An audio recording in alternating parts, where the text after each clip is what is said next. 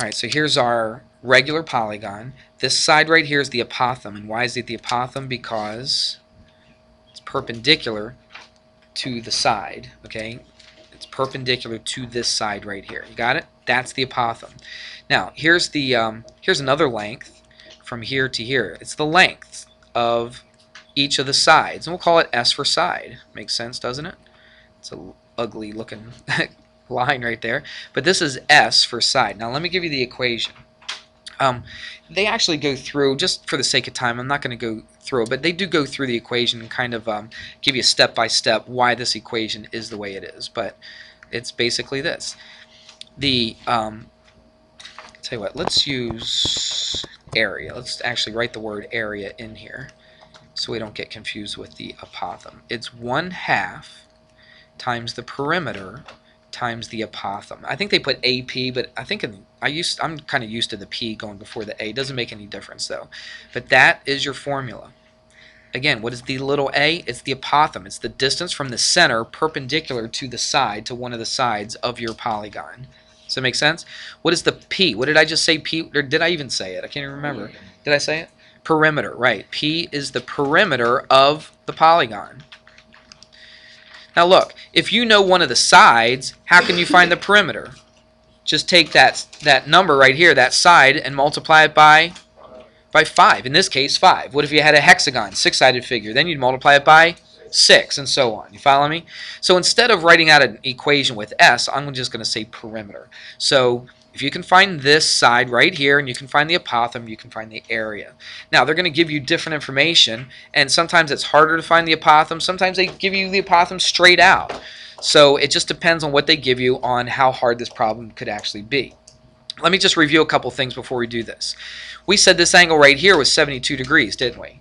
Because it was 360 divided by 5. So this central angle, notice, all these angles right here are central angles. They're from the center out to these vertices. You with me on that? That's the central angle. The central angle is always equal to 360 divided by how many sides you have. Because the number of sides you have is the same number of angles you're going to have in here. Make sense? So 360, in this case, it's a pentagon, 5 sides, so it's 360 divided by what? 5. Again, what if it was an octagon, 8 sides? How would you find each of these angles in here? 360 divided by 8. Exactly right. You with me on that? So basically, if you wanted a formal way to find this angle, it would be 360 divided by n. What would n represent? The number of sides, okay? The number of sides in your polygon. Make sense? So that's how you can find that angle. So if this angle right here was 72, this is something that we learned before. By the way, what's true about this side and this side right here? They're going to be equal to each other because that's the definition, right? This is the same distance from here to here. So they're equal to each other. What's true about that apothem? What's it do to that angle right here? Bisects, a very good word. So if the whole thing was 72, then this angle would be 36 degrees. And if this was 36 and this was 90, we could figure out what this angle is right here, couldn't we? So what would that be? 90 minus 36 would be what? 54, I believe.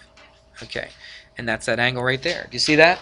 So we don't really have to know a whole lot of stuff, especially with the angles. We can, just knowing how many sides you have and knowing this is a regular polygon, you can find out a whole bunch of stuff about these angles. And that can help you find all these missing sides. Now, you'd have to know something. You'd have to know one of these lengths.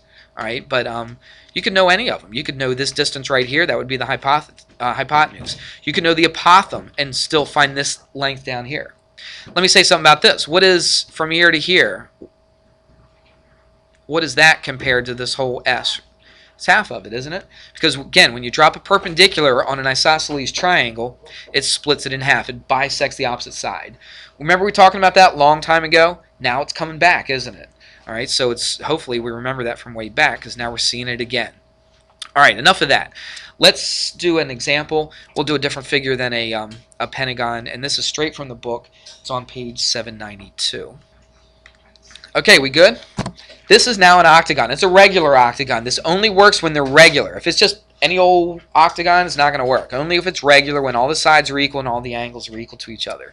So this is an example. It's on page 792. And let's write some of the stuff down that they tell us. So it looks like they talk about the stained glass window and all that kind of stuff. But if you go from the center straight down or perpendicular. What again is that word if it's perpendicular? The apothem, right.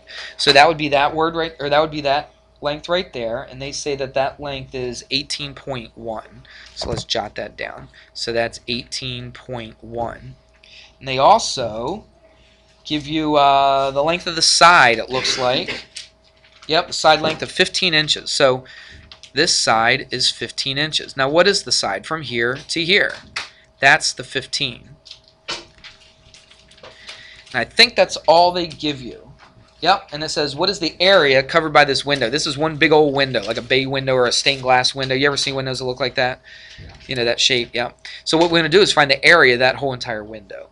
Right? This might be good at home. I mean, if you have a shape like this, you could figure it out. You know, you want to get glass, and the guy's like, okay, what kind of area are we talking about? And then you could figure out what the area is, because you could very easily, you know, measure these distances right here, and you can find the area. All right, so let's do this. First of all, where do we even start? Well, what is the area of this? It's the perimeter. Actually, all this is way super easy. I don't even have to draw anything else. What's the apothem here? It's the 18.1. Okay, it's perpendicular. It says, it tells you in the problem it's the apothem. Okay, so that's the A. And what is that? That's one of our sides, isn't it? But what's the area formula? So the area is 1/2 the what? The perimeter times the apothem. I know the apothem, and it's 18.1. What about the perimeter? How can I find the perimeter of this thing? 15 times 8, exactly right. So if I want to find that perimeter, it's just 15 times 8. What's 15 times 8? 120. Okay. Just plug all that stuff in. Now I think I will need a calculator. This half 120 is 60. So what's 60 times 18.1? Somebody give that to me. Who's working? Come on, quick, quick, quick. I'm wasting time. 135.75. Is that right? Is that what you got? Did you really? Oh, you're lying. All right, let's try this again. I was screwing up here right here because I was mixing all this stuff together. So the 15 times 8 is the 120, and then I put all this here. All right, so now half of 120 is 60 times 18.1, and that's 1086. Is that right? All right, and it's in inches, so it's area, it's inches squared. And that's how we find the area. Wow, that couldn't have gotten much easier because they give you the apothem, they give you one of the sides. Really, the only thing we had to do is find the perimeter of this. And if they give you one of the sides, the perimeter is a piece of cake. Would you agree? Now look, that's as easy as they possibly could give it to you, unless they actually give you the perimeter, but I don't think they'll do that. There is a problem that's going to be a little more difficult, and let's work on that right now. All right, here we go. Now we're going to do an example. This one's a little bit tougher, okay? So they don't give you much information. They definitely don't give you the apothem, but they do give you one of the lengths of the sides, and the lengths of the side of that side is 3. So from here to here is 3, and that is the only thing that they give you. They just tell you the length of the side. And you have to find the area knowing the length of just one side of this. This is a hexagon. It's a 6-sided figure. Okay, so let's see what we can do. Well, we know apothem has a lot to do with our equation, doesn't it? So let's draw the apothem. That would be right there. And let's do this. Let's make a triangle out of this thing. So let's go to there. Alright, so now we've got a triangle. And it's a right triangle because it's perpendicular. We know that. And let's see, what else do we know? Well, it hits perpendicular, so if this whole length right here is 3, what's this little part of this triangle? That's right, so it's 1.5 right there. Now, that's the only sides that we know, but we can find something else out. What can we find out? The angles. Do you remember that? So let me just draw this just to make it a little easier for us to see. Do you remember how we found that central angle? This angle right here? How do we find that whole central angle right there? We had a little formula. It's a real tiny little thing. What is it? Remember, if I went to here, to here, to here, to here. Well, not divided by 360. Take 360 and divide it by how many angles you have, or how many sides you have. How many sides in this thing? There's 6. What's 360 divided by 6? That would be 60. So this whole angle right here is 60 degrees. But what am I trying to find? I'm trying to find this apothem, aren't I? I'm trying to find that side right there. So I'm not looking for this whole angle. What am I looking at?